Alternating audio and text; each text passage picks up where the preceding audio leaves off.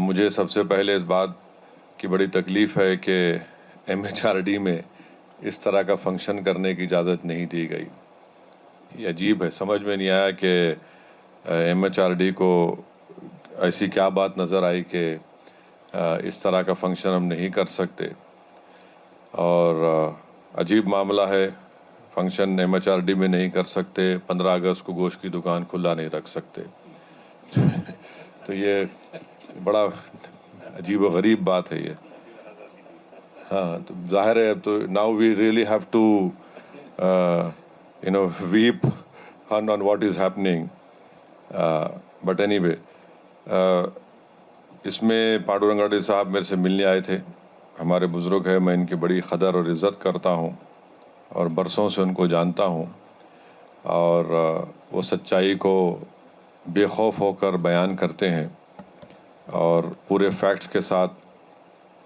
تو مجھے جب آ کر ملاقات کیے, ان کے ایک دوست نہیں آئے, ریٹائرڈ, آج نہیں دکھ رہے صاحب آپ کے ساتھی, کرشنا صاحب. تو میں بولا بالکل آؤں گا اس میں, اور بحیثیت اس سرزمین حیدرآباد کے ایک سپوت کے ہم تمام کی ذمہ داری ہے کہ ہم اپنے ان تمام ہیروز کو یاد رکھیں جنہوں نے اس ملک کی آزادی میں ایک بہت بڑا اہم رول ادا کیا. اور چنا ریڈی صاحب نے جو بات کہی ہے, میں بلکہ آپ اور ہم مل کے جا کے CM سے ملیں گے. 5 کروڑ کوئی بڑی بات نہیں ہے حکومت کے لیے, اور وہ پہلے 1 کروڑ دے دے, کام شروع کر دیں گے, اور انشاءاللہ 6-8 مہینے میں وہ کام مکمل ہو جائے گا. یہ بہت ضروری ہے کہ ہم اپنی ہسٹری کو بیان کریں. اور جس میں ابھی ذکر ہوا مولوی علاؤالدین صاحب رحمۃ اللہ علیہ کا, عابد حسن صفرانی صاحب کا, محترمہ طیب جی صاحبہ کا, یوسف مہر علی صاحب کا.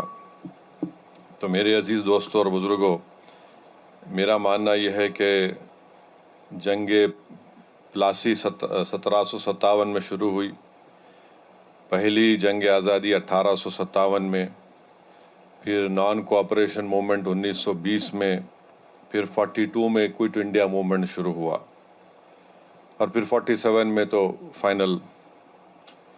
اور ہر جگہ پہ آپ دیکھیں گے کہ اس میں مسلمان, ہندو, عیسائی سب لوگ آگے تھے اس ملک کو آزاد کرانے کے لیے. اور خاص طور سے میں آپ کو یہ بتانا چاہوں گا کہ آپ ان لوگوں کو پائیں گے جو کالا پانی میں تھے 10 سال, مگر 6 مرتبہ انگریزوں کو لو لیٹر لکھے کہ میرے کو معاف کر دو. اور جو صاحب لکھے ان کی فوٹو پرائم منسٹر کے آفس میں ہے. تو ہم وزیر اعظم سے ریکویسٹ کریں گے کہ آپ ضرور رکھیے ان کی فوٹو, مگر ہم ان سے بھی یہ گزارش کریں گے کہ مولوی علاؤالدین جو 30 سال کالا پانی کی جیل میں تھے, 30 ایئرس, معمولی بات نہیں ہے, 30 سال تھے, آپ ان کی بھی فوٹو لگا کے رکھیے. تو یہ انصاف کا تقاضا بھی ہے, اور اس سے بہترین میسج جائے گا اگر پرائم منسٹر اپنے آفس میں مولوی علاؤالدین کی فوٹو کو رکھیں گے. میں آپ کو اس مولوی علاؤالدین کے ٹاپک پہ آنے سے پہلے میں آپ کو بتانا چاہوں گا کہ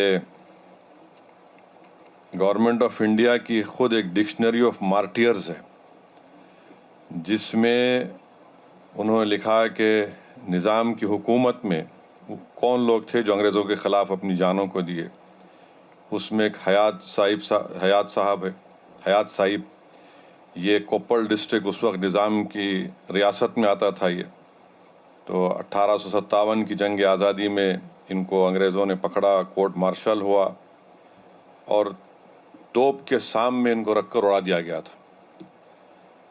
کوپل اس وقت ریاست حیدرآباد کا حصہ تھا. جہانگیر خان روہیلا پٹھان ہیں اور پیگا کے خاندان سے تعلق رکھنے والے ہیں. سن 57 کی جنگ آزادی میں حصہ لیا. برٹش ریزیڈنٹ کرنل ڈیوڈسن کو 15 مارچ 1859 کو مارنے کی کوشش کی. دیوان سالار جنگ کے جو سپاہی تھے ان کو آن دا اسپاٹ ان کو گولی مار کر ان کو ختم کر دیے. میاں صاحب خرد جو نارائن کھیڑ میدک ڈسٹرکٹ کے ہیں, وہ روہیلا کے ذمہ دار تھے، انگریزوں کے خلاف سن 57 میں حصہ لیا، اور وہ رام جی گونڈ کے ساتھ تھے، عادل آباد کے رام جی گونڈ کے ساتھ تھے، اور ان کو مار دیا گیا اپریل 9 1860 کو، جب وہ گونڈ کے ساتھ مل کر انگریزوں سے لڑ رہے تھے۔ ایک پنچتن تھے حیدرآباد کے، انگریزوں کی برٹش آرمی میں وہ تھے، بعد میں وہ انڈین نیشنل آرمی ملایا میں اس کو جوائن کیے، پھر برما کو نیتاجی سبھاش چندر بوس کے ساتھ گئے، اور 1944 میں میانمار میں انہوں نے انگریزوں کے خلاف لڑ کر اپنی جان دے دی۔ تو پنچتن صاحب کا بھی تعلق حیدرآباد سے۔ پھر آپ آ جائیے شیخ علی عرب، یہ بسمت تعلق جو پربھنی میں آتا، وہاں پر انہوں نے انگریزوں کے خلاف جنگ میں حصہ لیا۔ اکتوبر 1859 میں ان کو گرفتار کیا گیا اور ان کی پھانسی کی سزا دی گئی تھی۔ یہ ان لوگوں کا نام کوئی لیتا نہیں ہے، اور بار بار ہم کو یہ بتایا جاتا ہے کہ بس ایک مخصوص لوگ تھے جنہوں نے اس ملک کو آزاد کیا۔ تو ہسٹری کو سلیکٹیو طریقے سے نہیں پڑھایا جا سکتا ہے، اور یہ میں جو کچھ کوٹ کر رہا ہوں یہ تو dictionary of martyrs government of India کی کتاب سے ہے۔ پھر آپ مولانا علاء الدین رحمۃ اللہ علیہ پہ آ جائیے۔ چنا ریڈی صاحب نے بڑا ڈیٹیل میں کہا، چیدہ خان جو اورنگ آباد سے یہاں لایا گیا تھا ان کو، اور ان کو چھڑانے کے لیے جب افضل الدولہ ففتھ نظام تھے، اس وقت مولوی علاء الدین نے، مکہ مسجد کے امام تھے، ایک زبردست خطبہ دیا انہوں نے، اور ہزاروں کی تعداد میں لوگوں کو لے کر برٹش ریزیڈنسی گئے چیدہ خان کو چھڑانے کے لیے، اور ان کے ساتھ ترے باز خاں بھی تھے۔ اب میں یہ پہلے بولنا چاہوں گا کہ یہ کہاں سے میں انفارمیشن لایا ہوں، یہ اسٹیٹ آرکائیوز میں اویلیبل ہے۔ جو کچھ میں کہہ رہا ہوں یہ اسٹیٹ آرکائیوز میں اویلیبل ہے، اور اس میں یہ بتایا گیا کہ اسٹیٹ آرکائیوز سے بتا رہا ہوں کہ ایک تو ایک کتاب ہے فریڈم اسٹرگل ان حیدرآباد، والیوم 2 ہو از ہو ان فریڈم اسٹرگل آندھرا پردیش، پھر ایک volume 1 published by Hyderabad state committee and the نظام برٹش ریلیشنز۔ اس میں نوٹڈ ہسٹورین سروجنی ریگانی نے یہ لکھا، مگر اس میں ان کی موت کی تاریخ ذرا الگ ہے۔ جو Andhra Pradesh state archives research institute میں ڈاکیومنٹ ہے، وہ آپ اگر پڑھیں گے تو ہم کو ابھی بھی وہ پڑھنے سے رونگٹے کھڑے ہو جاتے، جس میں اس رپورٹ میں لکھا کہ مولوی علاء الدین کو جب گرفتار کیا گیا تو اس وقت قانون یہ تھا کہ 20 سال اگر کوئی کالا پانی میں گزارتا تو اس کو چھوڑ دیتے تھے، 20 ایئرس، مگر مولوی علاء الدین کو نہیں چھوڑا گیا۔ کیوں نہیں چھوڑا گیا؟ کیونکہ یہاں پر خط لکھ کر انگریز بھجاتے تھے، اور سالار جنگ 1 مدار المہام پرائم منسٹر کا عہدہ تھا، انہوں نے اس کو ریجیکٹ کیا، بولے کہ نہیں ہم اس کو قبول نہیں کریں گے۔ پھر ایک Mackenzie secretary of home department تھے، وہ مولوی علاء الدین سے کالا پانی میں ان کی ملاقات ہوئی، تو وہاں پر ان کو بتایا گیا کہ یہ شخص اتنے سالوں سے یہاں پر ہے۔ تو مسٹر میکنزی نے لیٹر لکھا، گورنر جنرل سے ریکمنڈیشن ریاست حیدرآباد کو آیا کہ ان کو پرمیشن دیا جائے۔ لائق علی خان سالار جنگ دوسرے تھے پرائم منسٹر، وہ بولے کہ میں اس کو قبول نہیں کرتا۔ اب اسی آرکائیوز کے ریکارڈ میں آپ کو معلوم ہوتا ہے کہ مولوی علاء الدین کو کرونک رومیٹزم ہو گیا، ڈبل انجنل ہرنیا ہو گیا، ان کی آنکھ کی بینائی کمزور ہو گئی، اور جب وہ برٹش ریزیڈنسی پر حملہ کیے تو ان کے سیدھے ہاتھ میں ایک گولی لگی تھی، اس سے تو ان کا ہاتھ بالکل ہی پیرالائز ہو چکا تھا، اور ایک زخم کا نشان مولوی علاء الدین کے شولڈر کے اوپر تھا، اور جتنے ڈاکٹر کالا پانی میں تھے وہ سب کہہ رہے تھے کہ ان کو چھوڑنا چاہیے تاکہ زندگی کے جتنے ان کے لمحے ہیں باقی ہیں وہ آرام سے گزار لیں، مگر یہاں پر نظام کی حکومت نے ان کو قبول نہیں کیا۔ تو ریکارڈ میں لکھا گیا کہ مولوی علاء الدین کالا پانی میں وہاں پر وہ آٹے کی گرنی